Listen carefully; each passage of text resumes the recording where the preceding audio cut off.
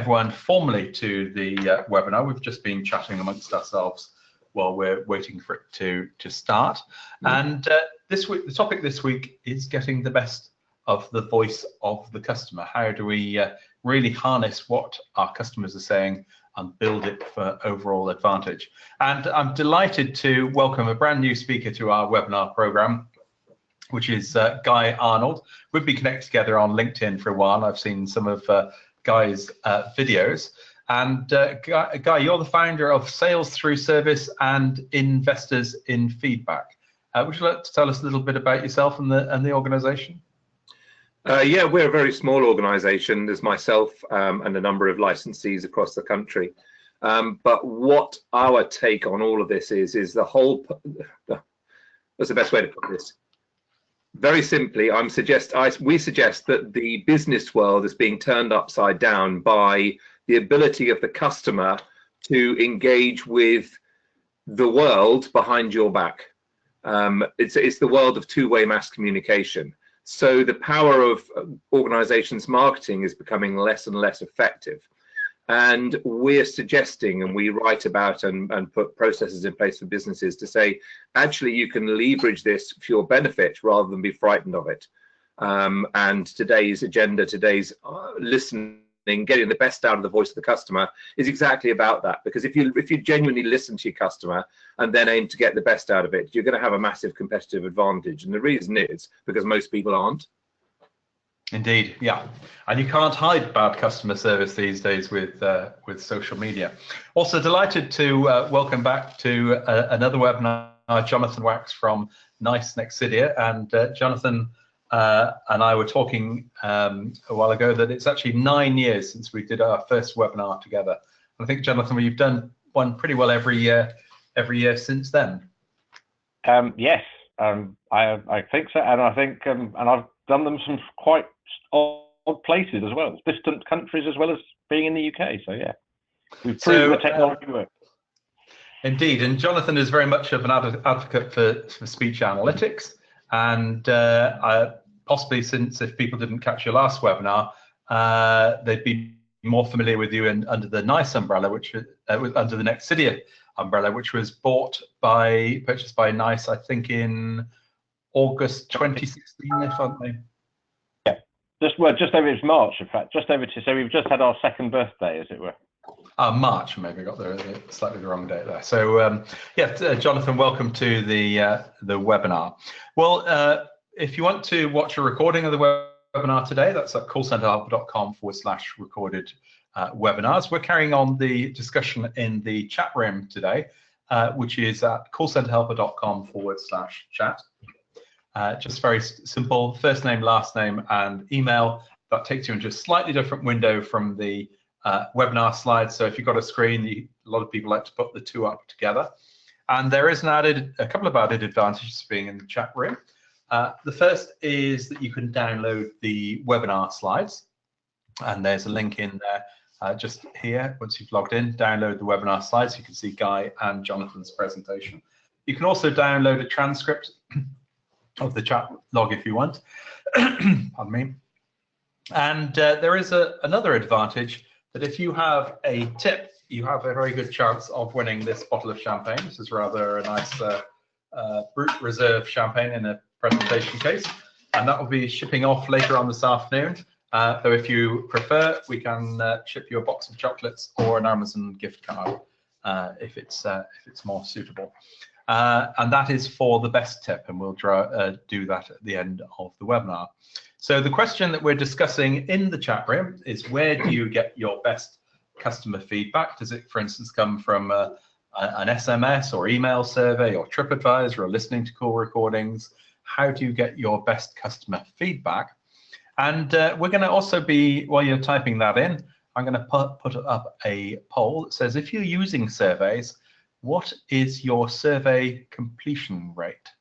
So if you're using that for voice of the customer, is it 0 to 1%, 2 to 5%, 6 to 10%, 11 to 25%, or 25% plus? Certainly, Guy, in my post bag, I get an awful lot of questions and also coming up on the forum as well, saying, how do we get our survey completion rates higher?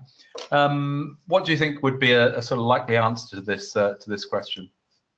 I think the best answer is there's no quick fix, which is not what you want to hear at all. But if you look at the customers that get massive amounts of feedback, a good example would be Virgin Wines. And the reason they get massive amounts of customer feedback is their feedback is an intrinsic part of the whole way they do business, i.e. their business is driven through feedback. And I think the biggest tip I can give you on that to increase that percentage is stop looking at it as an add-on. If it's only an add-on to you, it's a sort of can't be bothered to the customer as well. And start using it. Start looking at your business, saying, how can we get closer to our customer? How can we, to use the title of this whole event, how can we get more out of the voice of the customer? Because if we design all of our systems around those sort of beliefs, then we are going to get much higher completion rates, because customers respond well to businesses that really mean it. Well, let's have a look at the answers from the poll. The most common one is between 10 and 25%, followed by 6 to 10%, 2 to 5%, and we get about a quarter of the audience, sorry, about 15% of the audience get more than a 25% completion rate. So as Guy says, if you want to increase that number, embed it as part of everything you're doing. Well, that's probably a good point at which to start to pass the baton across to Guy, who will take us through his thoughts. So if I just hand the control of slides across to you, if you'd like to put your slides up on the screen and take us through your presentation. Right. Just checking you can all see that. We can indeed. Good. Okay. So that's me, Guy Arnold. I have two organizations. One's called Investors in Feedback, which is exactly as it says. It's about how to help organizations invest in feedback rather than sort of do it as an add-on. And Slow Selling is my latest project, which is about how do you engage customers for the long term so that they queue up to buy from you and continually want to buy more from you. So that's where you can find more about me if you want to. Now we're going to start off with a poll, so I'm going to immediately hand straight back to you. Is that right?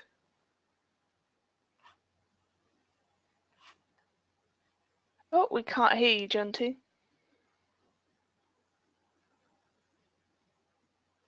You can hear me all right. The poll question is, what are we in business for? Is it to treat customers well? Is it to make money? Or is it to do something so remarkably that customers queue up to buy from us today and in the future and rave about us to their friends? So which of those three options do you think we're in business for today? Jonathan, where do you think the audience are likely to vote on this one? I think it does depend on their companies. I think I would say I'd hate to say it's going to be split 30, a third, but it wouldn't surprise me if you probably got maybe something like 40%, 20%. That's how I'd expect to see it. Not saying that's the right answer, of course, but that's what I'd expect to see. Let's have a look, and I think there may be an element of self-scoring here, and it'd be very interesting to see what your customers think you're in business for. But here's the answer, Guy. Very encouragingly, 52% say we're in business to do something so remarkably that customers will queue up to buy from us today and in the future and rave about us to their friends. So I think that's a very laudable ambition. And perhaps if we pass back to you and you can share your thoughts of whether you think this will really work out in practice. Okie dokie. Can you hear me and see me? We can. Great. Wonderful. That's the result I expected and hoped for. But I think that the issue here is not what the people who are facing the customers think. It is how is the business organized? Because lots of businesses say that they are here to do these things. And of course, the third option basically is a combination of the other two options. Businesses are there to make money. Well, how do you make money? Well, you treat customers well. So really, the truth is that every business is here for option number 3, no matter what people say to you, because the only way you can make money is to do something so remarkable that customers want to buy from you. And the problem is that individuals tend to believe this, as the majority in this poll has shown, but very often the systems in organizations are designed perhaps by accountants who will concentrate almost exclusively on item number 2. And the problem there is that sometimes, in order to treat customers well and to do something so remarkable that customers queue up, it takes a bit of investment, and it's investment that has long-term payback. And very often businesses are driven by short-term results and therefore struggle to do item number 3, even if they think that's what they ought to be doing. They tend to focus on item number 2, which can make item number 1 go completely wrong. So that's a real issue in the heart of most businesses, and I come back to that theme in all my work. So not everyone on the webinar will be able to change the mission of their organization overnight. So that's what we've been talking about, the mission, i.e. why are we here, what are we in business for?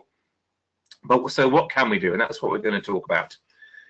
The first thing I would suggest any business can do at any level is start changing the words they use.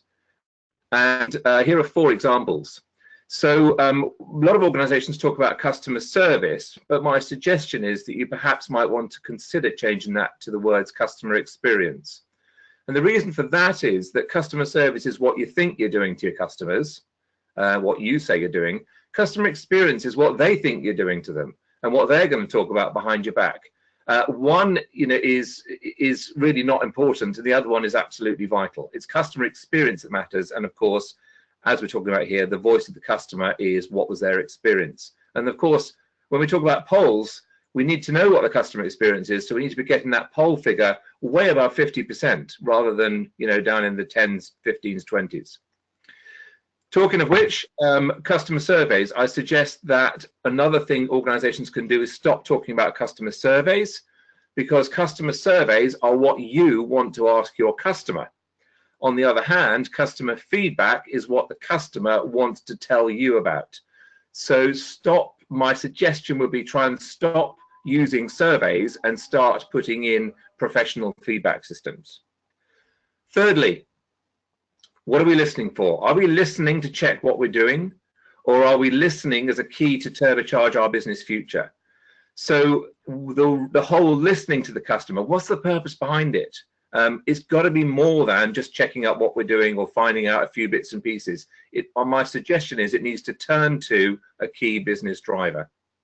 And lastly in this list, call centers. Are they a cost center, or are they an investment in reputation, loyalty, referrals, and future sales? Because if they're a cost center, then the finance team will be minimizing costs at every turn. And you'll be acting in a way that shows that you're a cost center and doesn't deliver quality to the customer. You cannot deliver quality while skimping on cost. If you see your call center as an investment in reputation, loyalty, referrals, and future sales, and act in that way, small steps at a time, then you're going to act in a very different way. Okay, moving on. Easy to say. Of course, I can say it. How do you actually do this? My suggestion, if you're listening to your customer at all, it's vital to act on what you hear. Customers currently have a huge level of apathy and survey overload. Why is that? Because everyone's asking for surveys, everyone's asking for feedback. Everyone's doing it in a very formulaic way, and very few organizations are doing it in a way that genuinely engages the customer, and that customers can see they actually mean it, they really want to hear, and they really want to respond. So you tend to get low response rates, you tend to miss the silent majority, and the silent majority are the ones who really can help you. If you look at the little graph on the right-hand side, the ones in the middle are the ones you need to be listening to and engaging with. They are the ones who will help you drive your business forward. The ones who already love you. They're probably not going to do any more with you. And the ones who already hate you, you may want to save them individually, but they've probably already gone. So my suggestion is take the path less traveled, use the voice of the customer as a key business driver. Okay, next poll, over to you, Jonty.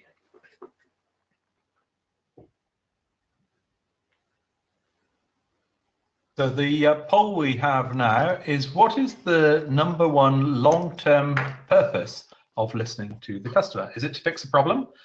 Is it to be well thought of? Is it to generate a net promoter score so you can track that over time? Is it to learn what we need to do and to continue and improve? Or is it to drive long-term reputation improvement, loyalty, and more sales?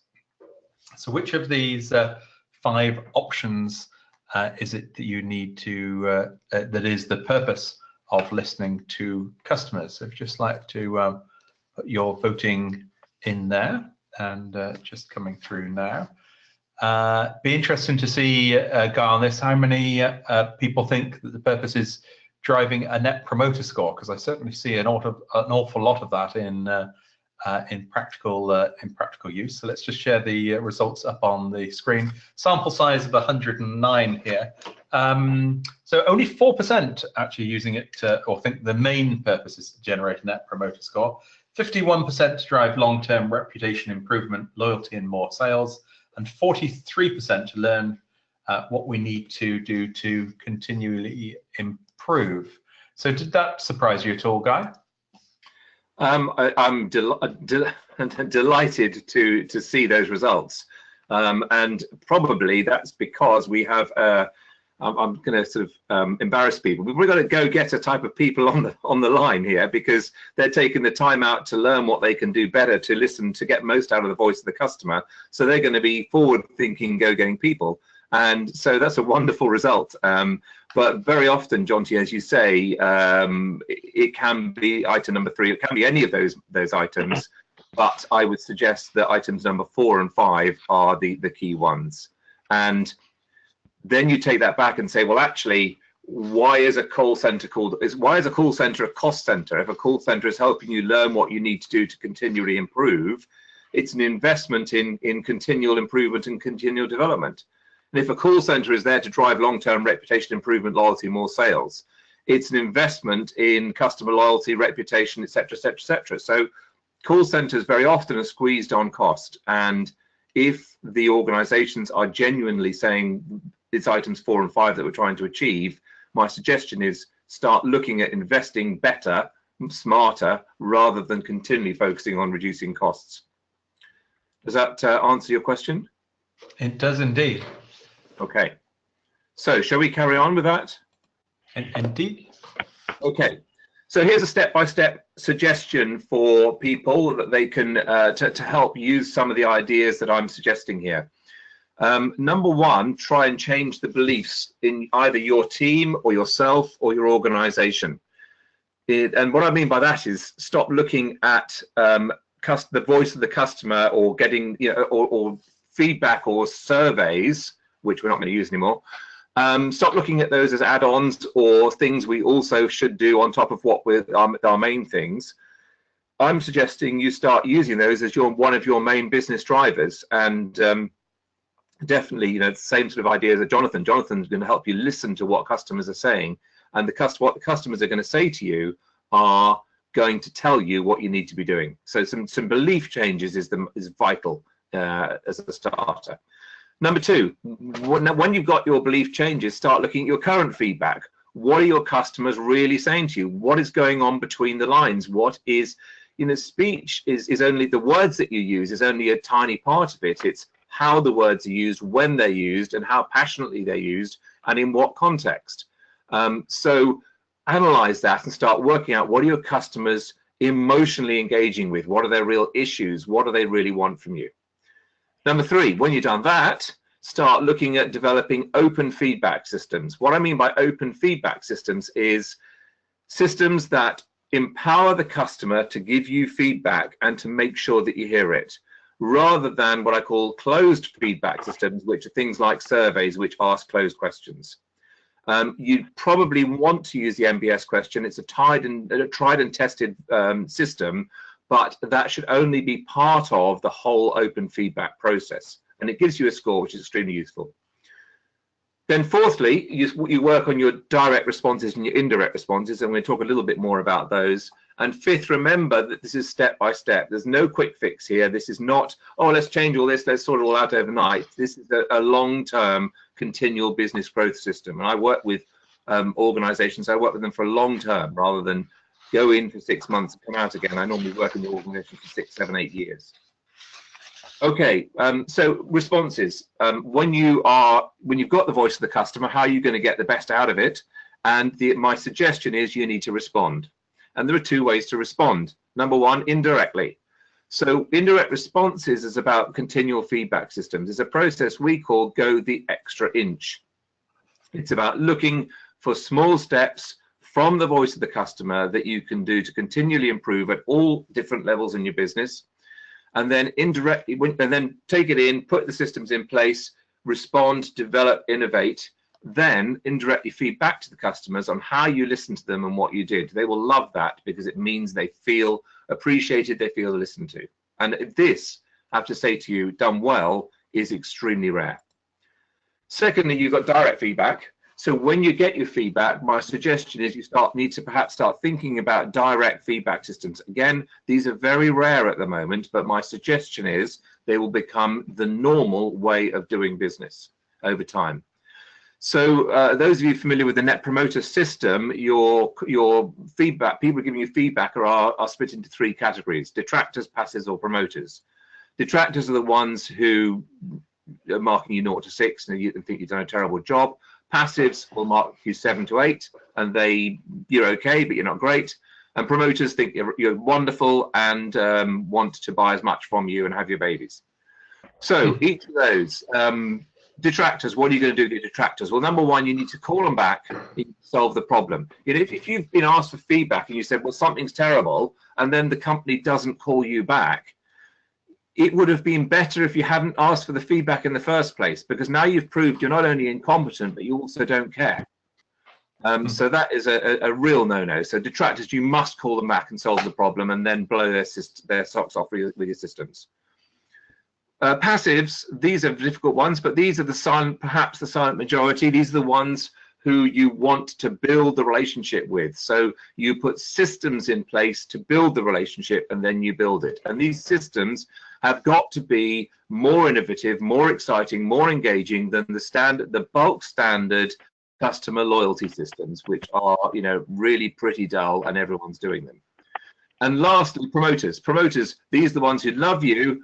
You want to try and leverage this relationship, perhaps through getting them to promote you, perhaps through helping them find other customers, other routes to market, and testing new ideas, etc., etc., etc. These people can be your partners to leverage the business and leverage the relationship. So lever it. Okay, moving on from that. Summary. Hope I'm in time. Here's my suggestions. I think we are currently in a situation where there's a revolution going on in both customer behavior and the marketplace.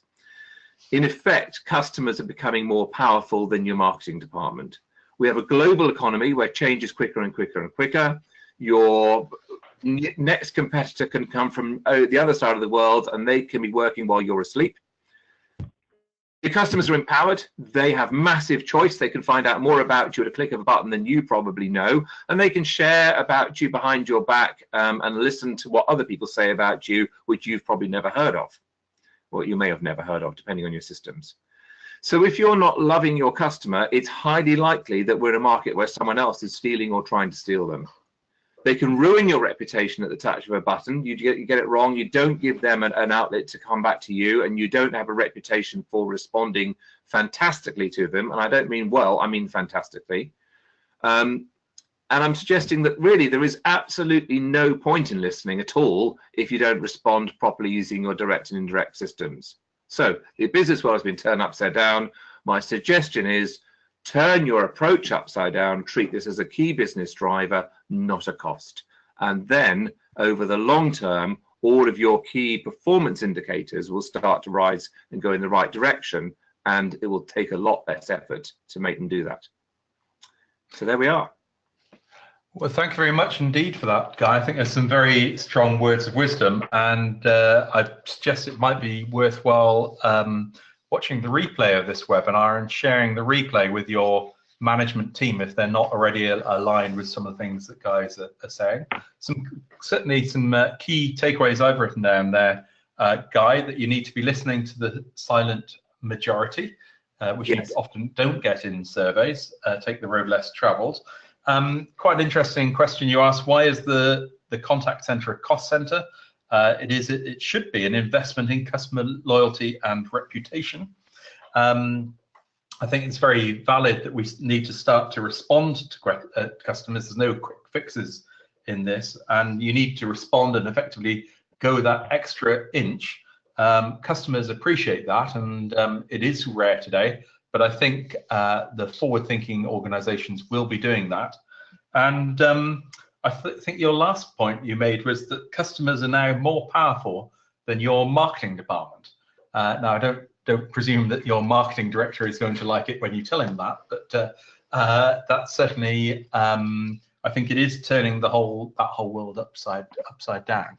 Well, let's go across to the chat room now, and we'll see that Guy, the audience has been thinking along you in agreeing with you in a number of the ways.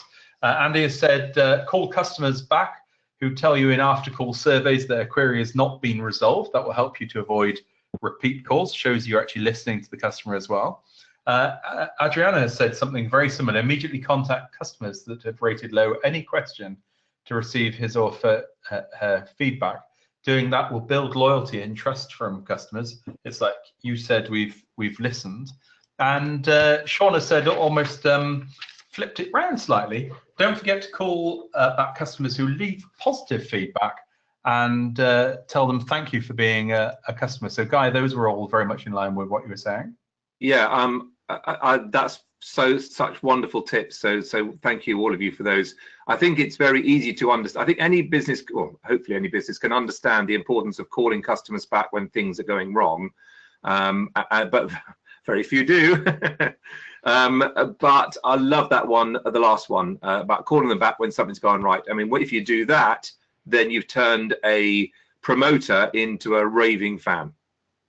And Jonathan, I think it also ties in with what Guy's been saying. Improve customer engagement and response rates by letting customers know of the tangible and relevant changes we have made as a result of feedback, so that they can then make a difference. This can be certainly very very powerful.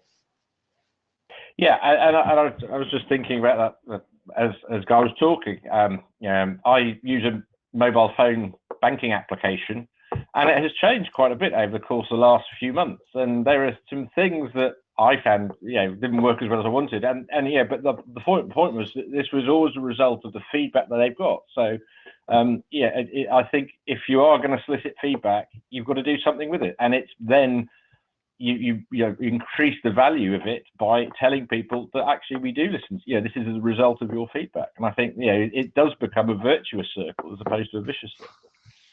Well, here's a question. This is a tricky one. How do I get all departments on board in viewing all the voice of the customer data on a monthly basis? Some departments are on board, others who do not view the report and miss vital information from our customers to improve products and services. And the same errors happen over and over again. Guy, have you got any pointers on this? Yeah, I think, Rebecca, great question. Unfortunately, I would say to you, the answer is not a quick fix. I can't say to you, just wave this magic wand and everything will be fine.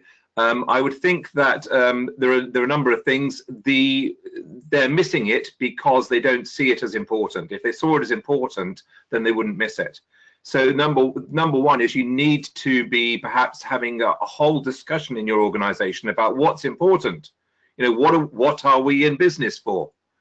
So the couple of questions that we asked at the beginning in my polls. So that's number one. Number two is if they are missing it, they're obviously not seeing important. you perhaps need to be talking to them and also perhaps listening to them. Why are they not seeing this as important? What do they think is more important than the voice of the customer? I would suggest an approach down the lines of outlined in a piece of work called The 7 Habits of Highly Effective People. Think win-win, and then seek first to understand, then to be understood, and then synergize with them. So it's a long-term communication process. But the one thing that you must never do, I would suggest, is give up. Don't ever say, oh, well, that's the way it is, so we give up. So never, never, never, never give up. It's too important. And Jonathan, I think there's also some point at which, you know, things like call recordings can come to life. I've heard of a story by a well-known online retailer who had a problem with deliveries in one particular area, and the customer service director went to the logistics director and said, we've got a problem with our delivery courier in this area. And the logistics director said, no, we haven't. They said, well, do you want to listen to this call? And they played a call of that. And the logistics director said, well, that's just a one-off. Oh, listen to this next one. They said, well, yeah, there's still a bit of a one-off. He said, oh, I've got 57 other calls on a similar mine. You know, if we've got an hour and a half, we can listen to all of them. And at that point, that's when it came to life, that it was just that it was the telling the story, and the customers telling the story in their own words. I think there's some quite powerful things in that. Yes, and when I would say, so echoing Guy's comments, I think, you know, an element of how do you change the attitude is a cultural one. You know, it's the view of the company and how we're embracing customers and how they're important to us.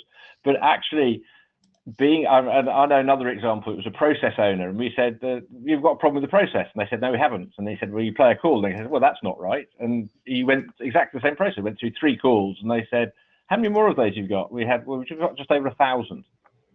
Wow. I think there is a process problem, and they went, "Yeah, there probably is." And it is very powerful as an internal, you know, just for using the voice of the customer for your own benefit internally. Very powerful what you can do with it when you've got that data set. Well, we've got a comment in from Matthew. Says there's a great article in Harvard Business Review recently. Apologize once on failure and then move on to firm steps to resolve. Too much apologizing really isn't helpful. So that's quite interesting. If we can find that article online, we'll post that in the chat room. And, can I say something on that one? Yes, indeed. Very brief, just a very brief one that maybe people find amusing, but actually is also got an important message behind it. If you travelled on Southern Railway with the recent shenanigans going on, you would know that apologising really isn't helpful. And I was chatting to one of their station staff, and I said, "Look, come on, this is ridiculous. I don't want an apology. I want to know when the blooming train's coming." You said, "Well, no one tells us that, but they do send us on apologising courses." Here's a tricky question just before we jump to Jonathan's presentation. Some departments argue that as we only receive negative feedback from 50 people, but 30,000 complete the transaction successfully, no action needs to be taken. How can we convince them that one customer struggling is too many?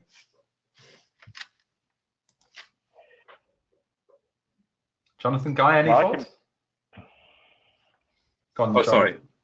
So my only thought was, and again, it may be sort of probably too analytical, but I'll say it in any case. If you have 30,000 completed transactions from your business, are you telling me every single one of those 30,000 was actually the same product, the same process, the same situation? You know, because if you're only selling one thing and you only ship it one way or whatever, then there is possibly some value in it. But if you turn around and say, actually, we sell 15 different products, we've got 27 fulfillment routes, we use 500 distribution channels, shops, whatever, and you go, actually, we have a more complicated business than you think. 50 could be it's not just something to be ignored. It's a statistically meaningful outlier, and you should be looking at it. You know, and even if you look into it and find that there are absolutely 50 one-offs, you still turn around and say, do you actually want to knowingly sit there and go, we're doing stuff that annoys customers, but we're not bothered? And I think that's the approach I would take. Yeah, can I add to that? Indeed. I think I would add two things to that. The first thing is there's no such thing as a irrelevant customer, and if you want a proof of that one, just look at a video called United Breaks Guitars. If anyone's ever seen that, but if you haven't, have a look at it. It's fantastic and it's a very good point. But the point here, I think, is that we know that from all of our stats and from everything we've seen, that the vast majority of people do not give feedback. So you may have had 30,000 people complete a transaction, but you may have had 29,000 of those completely fed up about the transaction that completed. So there's a very big difference between. I would say 50 people. First of all, I'd say that's the tip of the iceberg. It's probably the 1% of the people who want to tell you something. That's number one. But the key is here that you must remember that satisfied in inverted commas. Satisfied customers are not enough. Satisfied customers are not loyal customers. Satisfied customers are not raving fans. Satisfied customers are not going to come back to you. You want people who are promoters. And 30,000, what percentage of those are merely satisfied, and what percentage of them are promoters? Because if they're merely satisfied, the minute a competitor comes along who can do it 1 pence cheaper than you, they'll all go. Well, very wise words indeed. Well, Jonathan, that seems like time for your presentation. I know you've got a slightly different angle on voice of the customer in terms of how can we harness that silent majority that don't fill in surveys. So I'm just going to make sure I get this the right way round. So I think you should now just be seeing my one screen. Is that correct? We can indeed. Good. Okay, so I'm going to, thank you for the intro, John. So I'm going to cover off really in three areas. One of them is looking at the approach to what you're doing. The second one is then looking at some examples of how you can look at both direct and indirect feedback, and then lastly come into summarizing it. But the first thing I would like to do is just ask a question. And it's what do we mean by voice of the customer? And I think you can answer it two ways. And what we're going to say is if you can put your answers into the chat room, that would be helpful. But I suppose there's one answer is what does it mean to your organisation? So if you within your company said VOC, what do people immediately think of?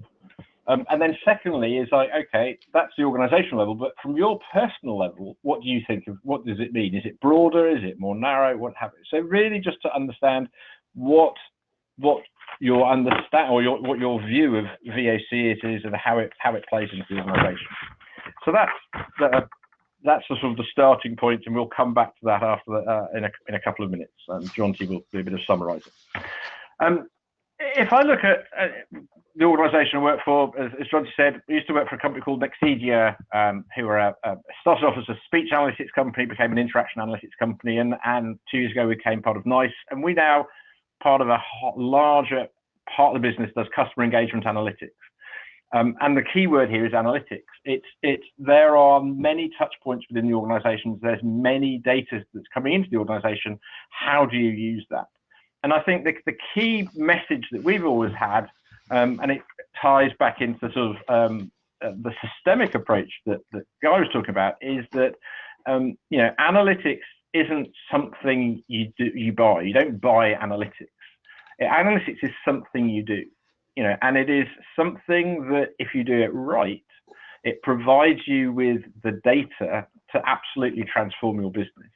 And it effectively is a living process with what you do. So the key thing for us is that what we're looking to do is to say, as an organization, you should be moving to the point where this idea you're analytical by nature. It is your second nature is to understand what's happening and to be able to quantify and measure why it's happening. And it could be going back to the point of actually, if you think there's only 50, I can prove to you that it isn't 50, it's actually 5,000. And if you look at the way we see customers, using various technologies, so classic customer experience like VOC is in there or interaction analytics is in there. Basically, what we're trying to do is saying we want to enable you to do something different. And going back, the idea we're enabling change within an organization. And the first piece we're looking at doing is creating the insight. So VOC, however you've described it, VOC is one of those elements. It's creating that insight. That's a source of getting insight. You're then going to do the analysis with it. So the analysis is looking at it, seeing this data, and realistically now moving to the stage when, rather than just being reactive to it, using it to predict outcomes. So moving into predictive analytics as well. So if we've got this data, how can we use it to predict what's happening? And then the aim of all of this is to, as I say, take action and make change. So this is what we're talking about. Again, just to show it in a different way, when we're running projects, and here it says phases of interaction analytics, but this is probably the same for, this is the phases for anything when you're looking at bringing data in from your customers. The first thing you're trying to do is organize the data. So, what do I mean by that? It's basically telling what is happening. So this is quantification of activities. So you find out what is happening, and then you're going to say, okay, let's analyze it. Why is it happening? And then when you know why it's happening, you can either say that's a good thing I want to do more of, or it's a thing I want to do less of, or it's a thing I want to accentuate, whatever it may be. You're then actually going to take the insight that's come out of the analysis and operationalize it. And again, it comes back to this idea of functional, we're doing change. So in the broader space of our engagements with our customers, this broader customer engagement analytics space, what we're looking is to go through that structured process to provide insights, to provide data to support that change. And I think that's very much to changing an inch at a time, whatever it may be. It's very rare that you find one piece of information that will transform your business. So that's the approach we take. So I'll just take a brief pause and say, Jonty, can you summarize what the feedback has been through the chat room so far, and what people say? The feedback on what does voice of the customer mean to the organization. Christy has said it's anything that tells us how our customers feel about using our services. So I guess that's a way of building emotion in. Adriana says VOC for us is the most important thing, where we thanks to our customers. So as a culture within the organization, that the voice of the customer should be our focus. Scott has said the organizational view is the voice of the customer is given via customer feedback. He says, my view is understanding the voice of the customer real time using speech analytics. Alistair says, voice of the customer for us means gathering customer feedback via various channels, social media, surveys, quality assurance, insights, etc., in order to have a consolidated view of customer delights and disappointments, which helps us drive change through efficiencies, process, product, people, and technology. And it goes without saying, provide feedback to customers that we listen, which I think is a great example of, I think, what Guy was talking about. Mm. So Jonathan, that's the summary of the feedback. Yep. Okay, so thanks for that. And I think what is interesting, and again, this is probably it is aligned with what we saw earlier with the poll questions, and that is, I think 2, 3, 5 years ago, if you just ask people what you mean by VOC, lots of people would just turn around and said surveys. And it's just this whole idea of surveys and survey results. And I think people are beginning to understand, and I would guess that quite a number of today's attendees are working in the whole customer engagement feedback space. And it is far more than just simple surveys. So let me just also to try and put some context of it. I was just doing some research before thinking about what I was going to say today. And it was brought home to me that, while everyone loves quoting Gartners and others of this world, but there was a Gartner report which is saying customer experience is the new competitive battlefield. That was published in over nearly 3 years ago. So this idea that this is new is probably no longer the case. And then there was another piece from an organization, M Corp CX. And what I found really frightening was lots of organizations are now saying they listen to their customers, and they're soliciting feedback, or they're getting feedback one way or another.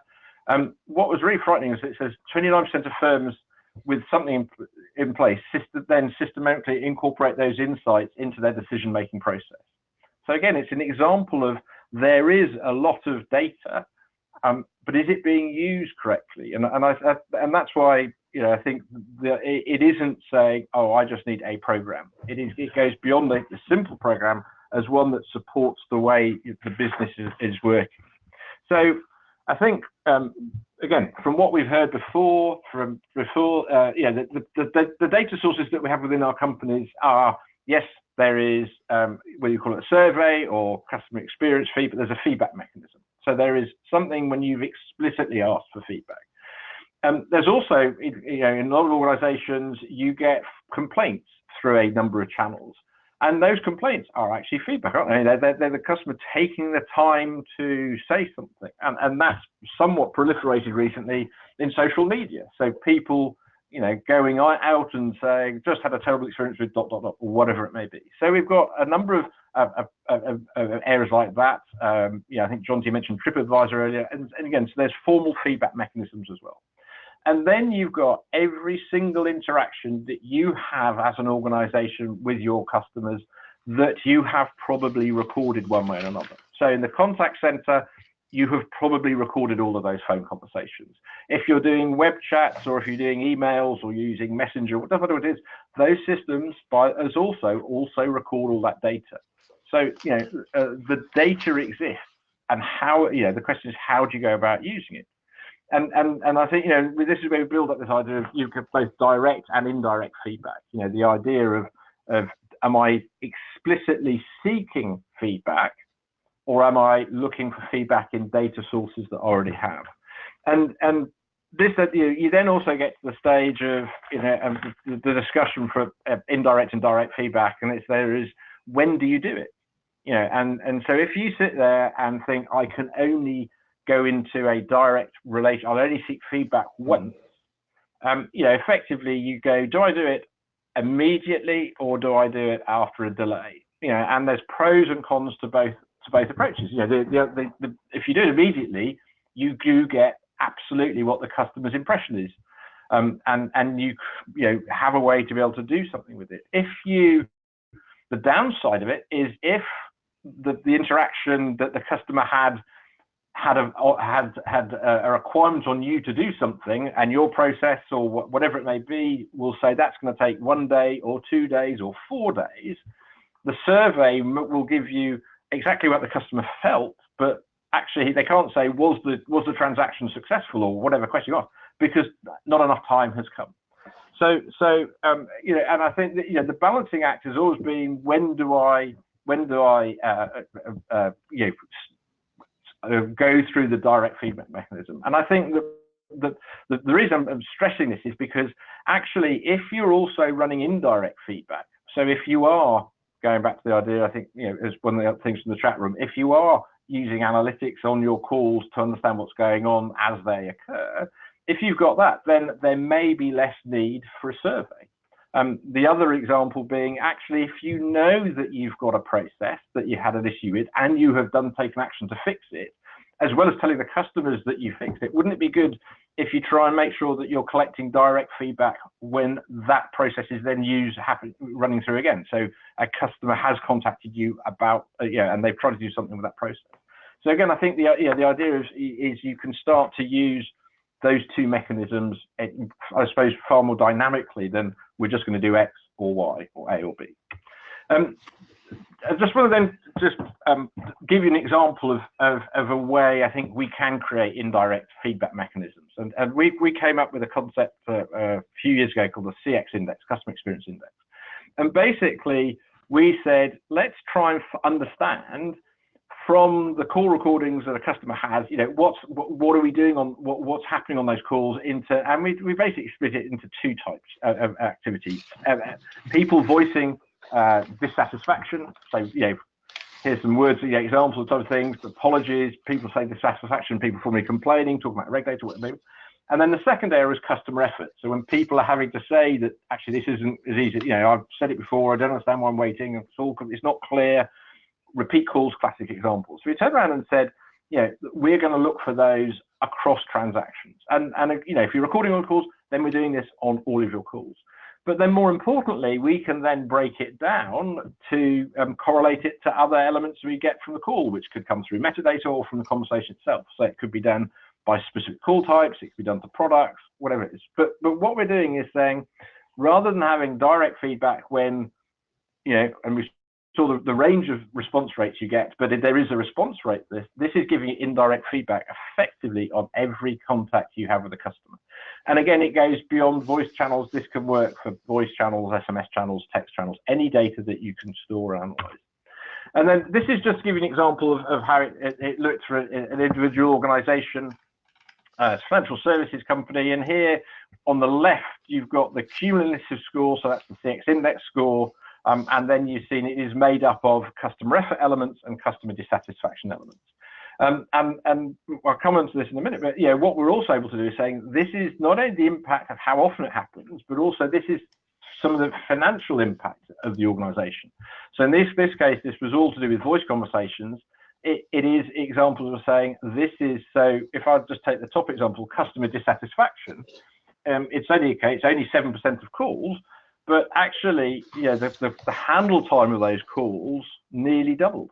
You know, we added 3 minutes of handle time onto what's just a 7-minute call. So there's significant costs here, and again, if we just sort of just take some of the projects that we've run and consolidate it, you know, the average from what we've seen is that 1 in 3 calls create some element or triggers the CX index. So there's something on that call which is to do with effort or dissatisfaction.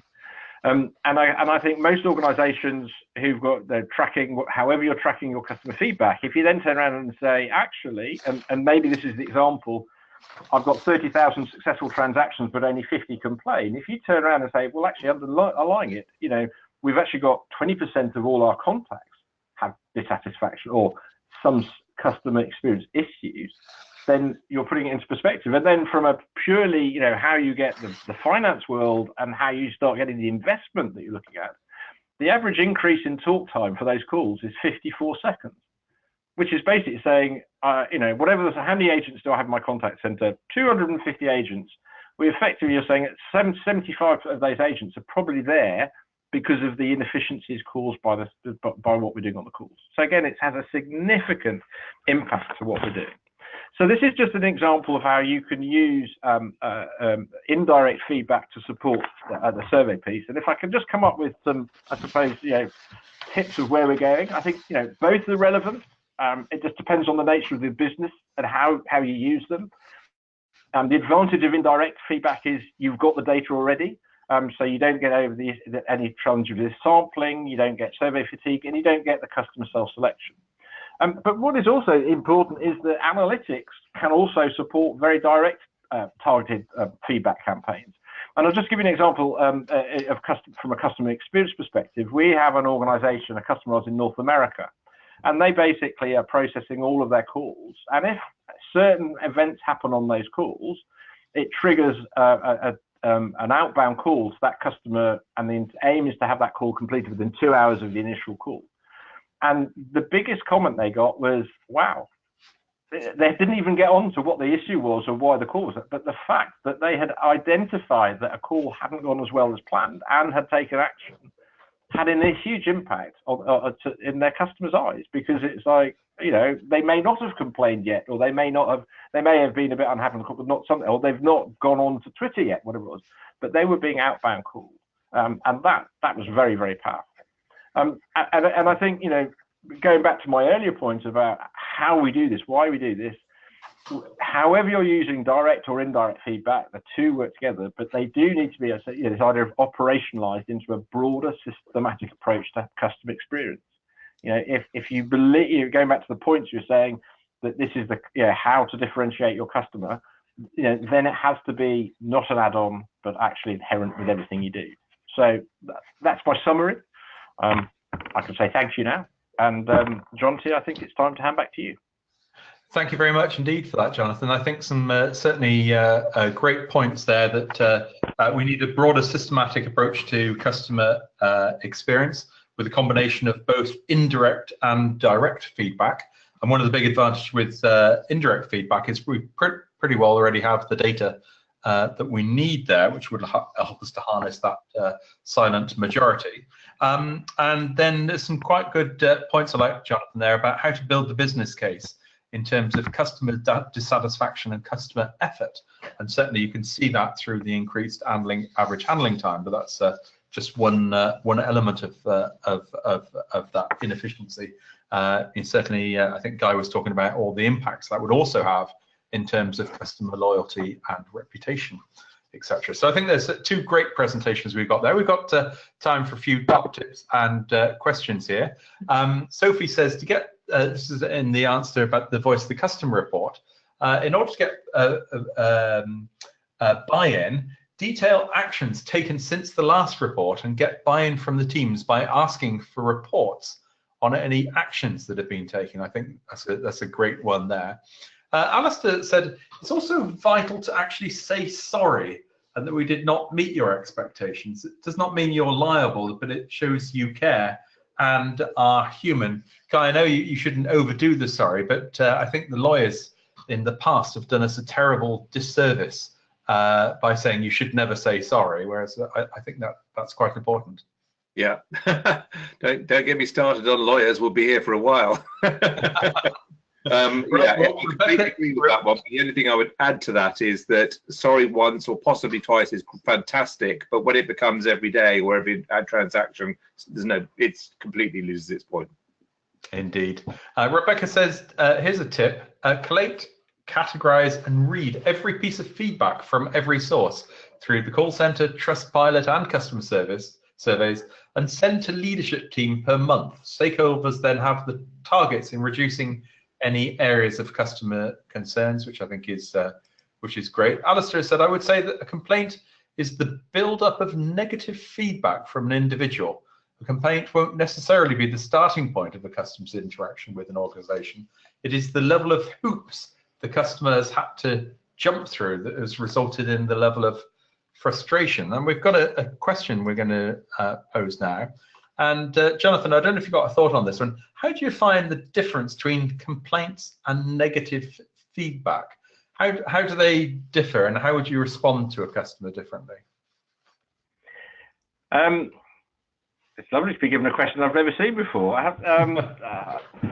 So I think one answer would be, if you look at, say, the banking sector, where the regulator says you have to report complaints, so therefore an organisation in that space comes up with quite a formal definition of complaint. Do you want to complain? So like a complaint is and it is probably enough bad things have happened to say, no, I want to do something with it. And I think it's probably that if I complain, I'm then expecting an action that will result from that. As opposed to, actually, you can do something that's annoying and it's a bit of a negative experience, but actually it's not, it's just the way it is, and I can live with it and I can move on. And I think, that's I suppose the difference between it is, we should understand negative feedback and respond to it, but there isn't a formal process behind it. I think if you get, would you like to make a complaint, sir? If I was asked that and I say yes, I have a very different expectation that would come out from the customer, from that organisation. So I think that, I think they're both out there, they're both valid, but it's how you respond to them, deal with them is the difference. And this certainly is a very good question. And Guy, I wonder if the difference here is, like, for instance, there's a fitness app I absolutely love. It's been a key part of my life for the last 3 years. But there's a real annoying niggle I've got with it. So I guess, if they ask me for feedback, I would say, yes, it's not a complaint. I really like it, but this area here could do with being improved. Will I not use it? Will I stop being a fan? But it could just be so much that better if that could be improved. Yeah, and that's exactly the sort of feedback that organisations need to be hearing. I'd strongly agree with what Jonathan said on this one. I think it's a very good point he made. I'd just like to add to this. I'd like to know why Lily asked the question, but Lily, if you'd like to put that into the chat room. I would make a suggestion here that actually there's no such thing as a complaint is a good thing, and there's no such thing as bad feedback. So what I mean by that, if you get a complaint, it means that they're telling you and not everybody else. They're giving you the opportunity to sort it out. So we should see complaints as compliments. They're saying, well, actually, I trust you enough to tell you, and I trust that you actually care enough to sort it out, number one. And two, I would say there's no such thing as negative feedback. I would say there's feedback to help us improve, and that could be either positive or negative. But if you see it as negative feedback, it may make you feel defensive about it. I would say that sometimes when you get feedback that you're uncomfortable with, should we put it that way, uncomfortable feedback, then you need to hear that, and you need to say to them, thank you so much for telling me, and you would probably treat it in exactly the same way as if it was a complaint. Well, we've got a few other tips come through as well. Andy has said, map out the customer journeys for customers who leave you negative feedback to show the departments why feedback is important. I think that's certainly a good way of feeding back to other areas. Scott has said, use a RCA. I'm not familiar with RCA. Perhaps, Scott, if you could identify what that is, to investigate negative root cause analysis. Root cause analysis, yes, indeed.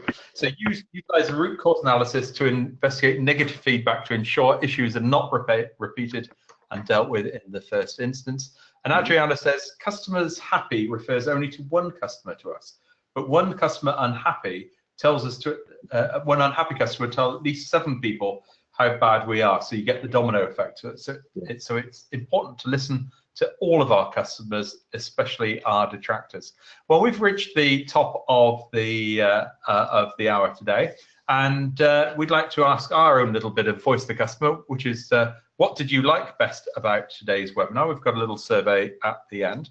Today's winning tip, let's have a look at which tip's been chosen, is Andy, who said, don't just do external customer feedback surveys, survey your teams as well, as they will often know what the silent majority are unhappy with. So some great feedback there. We've got a survey when you leave the webinar, and if you'd like a demonstration of the nice Nexidia software and how that could improve your voice of the customer, leave that in the survey box. There is a replay of today's webinar available. It'll be available in about an hour's time. And I think this, if there's one webinar this year that you'd play to your management team, I think this would be probably the best one to do that. So just finally like to say thank you to our speakers. Thank you to Guy for joining us for our first webinar. Certainly be a very memorable experience. Thank you, Guy. Thanks very much. Nice to be able to participate, and I hope I've said one or two things that people have found helpful. Excellent. And Jonathan, thank you for joining us for another webinar with us. No, absolute pleasure. And hope everyone has a nice long weekend if you're in the UK. Wonderful. Well, I hope everyone has a nice weekend. We're going to be back next Thursday looking at chatbots and artificial intelligence. So thank you, everybody. And Ju and you all go next week, and hope you enjoy the warmer weather this weekend. Bye-bye. Bye-bye.